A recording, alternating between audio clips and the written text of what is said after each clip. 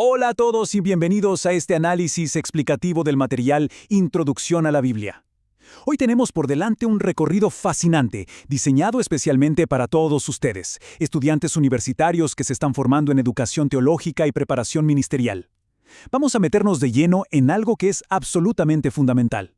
Cómo ese conocimiento bíblico profundo que adquieren en las aulas se traduce en la vida real, en una predicación efectiva y en un ministerio que realmente transforma vidas. O sea, la academia y la labor pastoral no son mundos separados, son dos caras de la misma moneda. Así que, con mucho respeto por las Escrituras y ganas de aprender, comencemos a construir. Para guiar este análisis, vamos a apoyarnos en la metáfora de la construcción. Veremos, primero, la introducción a la teología. Segundo, la Biblia como fundamento. Tercero, exégesis y estructura bíblica. Cuarto, respondiendo a preguntas teológicas. Y quinto, hacia la práctica pastoral. Arrancamos de una vez con la sección 1, Introducción a la Teología, donde definiremos los límites de nuestra fe. Bueno, antes de que podamos subir a un púlpito, e incluso antes de abrir un comentario bíblico, tenemos que entender los límites en los que nos movemos. Imaginen un partido de fútbol. El fútbol es apasionante, claro, pero solo funciona porque tiene reglas y, sobre todo, líneas que marcan la cancha. Si la pelota sale de esas líneas, pues el juego se detiene, ¿verdad? De manera muy similar, la teología cristiana establece las reglas del juego para nuestra fe. Nos marca los linderos, indicando qué creencias son aceptables dentro del cristianismo y cuáles simplemente se salen de la cancha. Esto es vital para diferenciar la sana doctrina de las enseñanzas falsas y, en última instancia, para proteger a las congregaciones. Y esto nos lleva a una definición brillante del teólogo Karl Barth.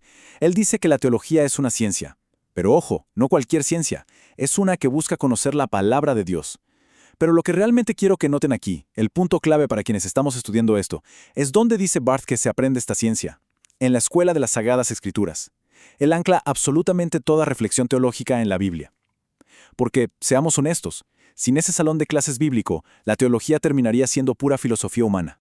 Ahora, como el campo de la teología es inmenso, las escuelas normalmente organizan sus programas en diferentes bloques. Tenemos la teología bíblica, que nos da todas las herramientas prácticas de interpretación, la teología sistemática, que nos ayuda a ordenar de manera lógica todo lo que creemos sobre Dios, y la cristología, que se enfoca 100% en Jesús y su obra. Pero escuchen bien, toda esta estructura académica es estéril si no parte de una base viva, que es la fe en Cristo. Conocer a Jesús es, literalmente, el punto de partida de todo el currículo.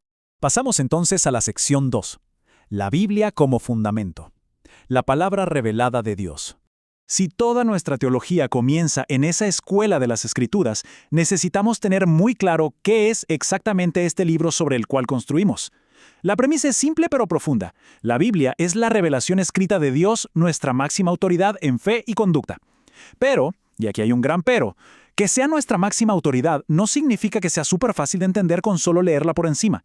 Hay que recordar que la Biblia fue escrita hace miles de años para personas de otras culturas en otros idiomas. Por lo tanto, no podemos andar adivinando lo que significa un texto, se requiere una interpretación muy responsable. Y justamente para no adivinar, entramos a la sección 3, Exégesis y estructura bíblica, la mecánica de la interpretación. Aquí es donde empezamos a armar las estructuras de nuestro edificio. Hay un término técnico vital que vamos a usar mucho en la exégesis, la perícopa. ¿Qué es eso? Básicamente es una porción de texto que tiene sentido por sí sola, con un inicio, un final y un tema central, como un salmo o una parábola entera.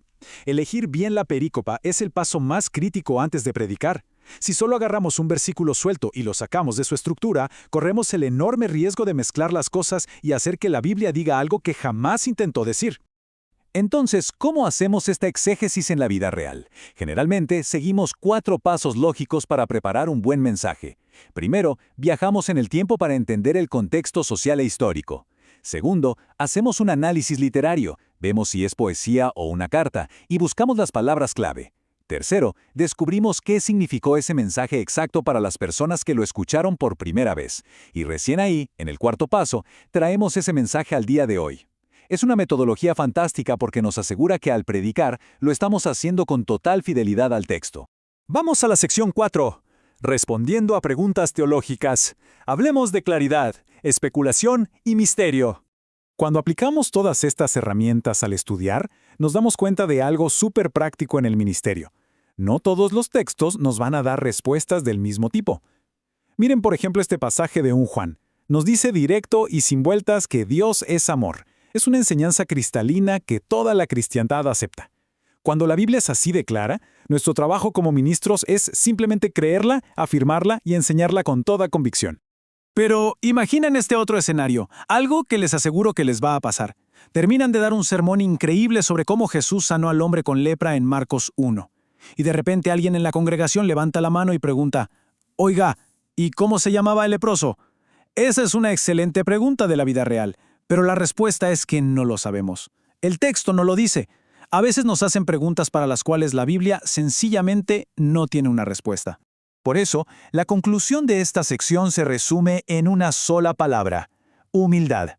Como estudiosos, debemos acercarnos a la Biblia aceptando las respuestas que son claras. Podemos especular un poco si es útil, siempre y cuando admitamos en voz alta que es solo una suposición. Pero sobre todo, no caigamos en la trampa de forzar respuestas donde la Biblia prefiere guardar silencio. Hay misterios que simplemente nos toca respetar. Y finalmente llegamos a la sección 5, hacia la práctica pastoral, cómo pasar del texto a la transformación de la sociedad.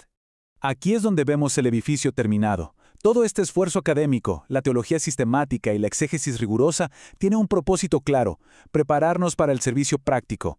No estudiamos para simplemente pasar un examen final, sino para saber cómo aplicar las Escrituras en el día a día de la iglesia y la comunidad.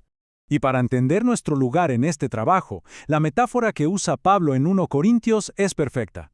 Él nos llama colaboradores en el edificio de Dios. Piensen en eso. No somos los dueños de la obra, somos los que ayudamos a construir. Y la clave es que estamos construyendo sobre un fundamento que ya existe, que es Jesucristo. Si nuestra exégesis no descansa sobre Él, no estamos construyendo nada que vaya a durar. De hecho, esto nos quita un gran peso de encima. En realidad solo hay un único y gran ministerio, el ministerio de Jesús, que es reconciliar al mundo. Nosotros no tenemos que inventar nuestra propia misión, solo somos embajadores. Al interpretar bien la Biblia y enseñar sus verdades, nos estamos uniendo al trabajo que Cristo ya está haciendo en un mundo que necesita sanidad. Entonces, para que nuestro trabajo sea efectivo, necesitamos equilibrar dos cosas. Por un lado, la ortodoxia, es decir, creer lo correcto, basarnos en una buena teología y una exégesis fiel. Pero la ortodoxia por sí sola puede ser pura teoría intelectual. Tiene que ir de la mano con la ortopraxis, que es actuar de manera correcta, llevar ese conocimiento fuera de las cuatro paredes de la iglesia para transformar la sociedad. La verdadera teología pastoral exige que ambas funcionen juntas todo el tiempo. Para cerrar este análisis, quiero dejarles algo en qué pensar. Ya conocen las reglas del juego, saben que la Biblia es el fundamento, entienden cómo hacer una exégesis responsable y por qué se requiere tanta humildad. La pregunta ahora es, como colaboradores en la obra de Dios, ¿qué van a hacer con todo este conocimiento? ¿Cómo van a permitir que este estudio profundo moldee sus acciones y transforme las comunidades a las que sirven? Dejen que la palabra de Dios trabaje primero en ustedes, para que luego, a través de ustedes, impacte al mundo.